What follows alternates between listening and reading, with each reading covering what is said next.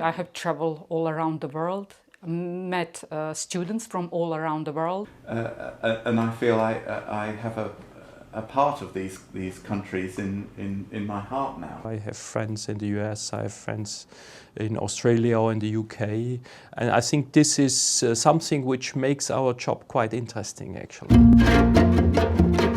You may think a career in science will be to learn about technical things, but you will learn much more about dealing with people than you ever thought you would. Afterwards, if you look back,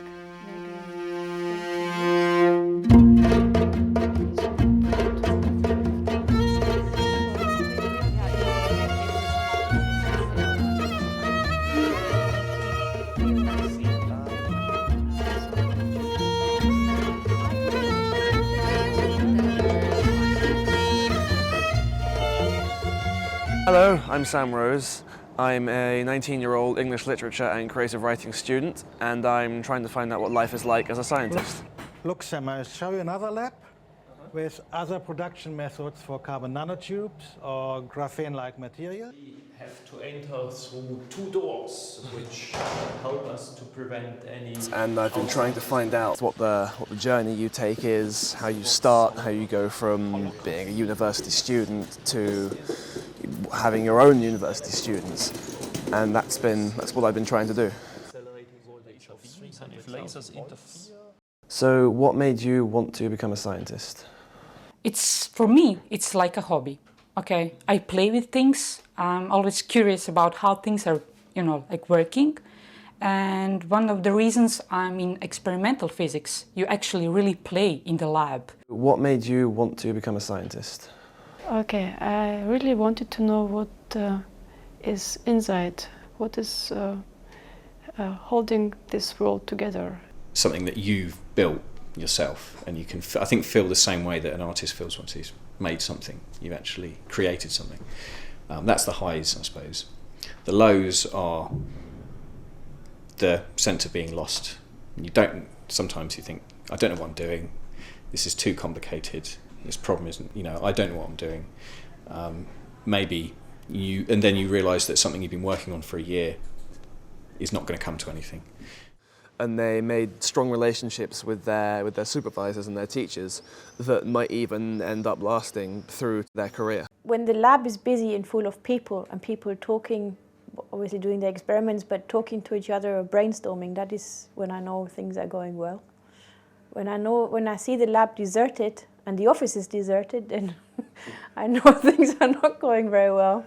It's very important to have a lot of interaction with the students, ask them about their progress in their projects and in their scientific work, but also listen to them, what kind of problems come up, whether they feel confident with their situation, whether they understood what they are meant to do.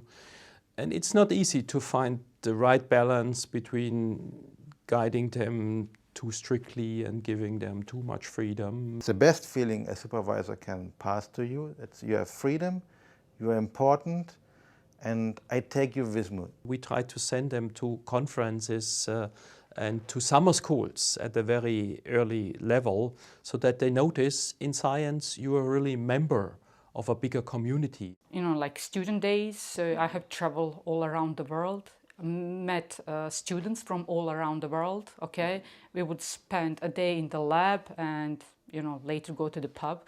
So it was really fun and interesting, definitely. I was traveling a lot as a scientist. It's like in medieval ages, monks are going around through all over Europe with their knowledge and sharing knowledge with other people, knowing other people and speaking in different languages. That is what is fantastic. The career path for scientists, you start off as an undergraduate and you do your undergraduate degree. Following the undergraduate degree, you do a PhD for 3 years with a supervisor, and after that there's often 1 or 2 what are called postdocs, where you're doing research in another group before you finally end up in a permanent position as a researcher. I spent a year postdocing in the Institute for Technology in Dublin. And then I went to the US as a postdoc for 2 years. I moved for a postdoc in Sweden. And then I got the opportunity to work in the States at Honeywell Technologies in New Jersey. Barcelona and Liège, and now in Germany. The best projects and the most relevant results really emerge in cases when a group of people works together. And the more delocalized this group is, the better. Yeah, so you have some interaction at your local institution, at your local university, but we also have these projects which span Europe or maybe even involve people from the rest of the world. And sometimes these are the most exciting projects. I spent a lot of time working in Finland, Sweden and France, and well, these people, they're my friends. My experience of this kind of new science is that it's very, very, very cooperative, and that discoveries aren't made by individuals anymore. Discoveries are made by teams working together on large, complex problems. I think all the low-hanging fruit is gone. And I feel I have a part of these countries in my heart now. These friendships and these contacts really span the whole work. So I have friends in the US, I have friends in Australia or in the UK, and I think this is something which makes our job quite interesting, actually. For me, the most important thing is to have a career that allows you to do the best you can do, the most difficult thing you can do. And that's the importance of a career in science. For me, it was the most difficult thing I could do, and I could offer that to society as my best contribution.